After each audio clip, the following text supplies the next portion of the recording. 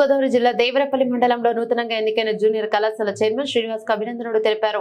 శాసనసభ్యులు, మద్దిపాటి కళాశాల అధ్యాపకులు, పలువురు నాయకులు, కార్యకర్తలు నూతనంగా ఎన్నికైన ఎర్నగూడెం జూనియర్ కళాశాల అభివృద్ధికి కమిటీ చైర్మన్ గద్దె శ్రీనివాసరావును, గోపాలపురం శాసనసభ్యులు మద్దిపాటి వెంకటరాజు, మండలి తెదేపా అధ్యక్షులు ఆండ్రు అనిల్, నాయకులు పెన్మత్స సుబ్బరాజు, బొల్లిని విజయభాస్కర్ తదితరులు అభినందనలు తెలిపారు. రాజకీయ కుటుంబ నేపథ్యం గల కళాశాల నూతన చైర్మన్ శ్రీనివాస్ జిల్లా తెదేపా ఆర్గనైజింగ్ సెక్రటరీ, తెలుగు రైతు ఉపాధ్యక్షునిగా గతంలో బాధ్యతలు నిర్వహించారు.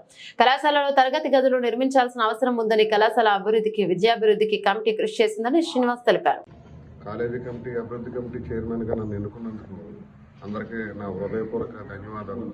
కాలేజీలో రేపు నుంచి ఏ సమస్యలు ఉన్నా తీసుకుని ఆ సమస్యలన్నింటినీ స్టెప్ బై స్టెప్ ఒక సంవత్సరంలో అన్ని ఆ సమస్యలన్నీ క్లియర్ చేస్తానికి నా సహాయ సహకారాలతో కృషి చేస్తానని ప్రమాణం చేస్తున్నాను.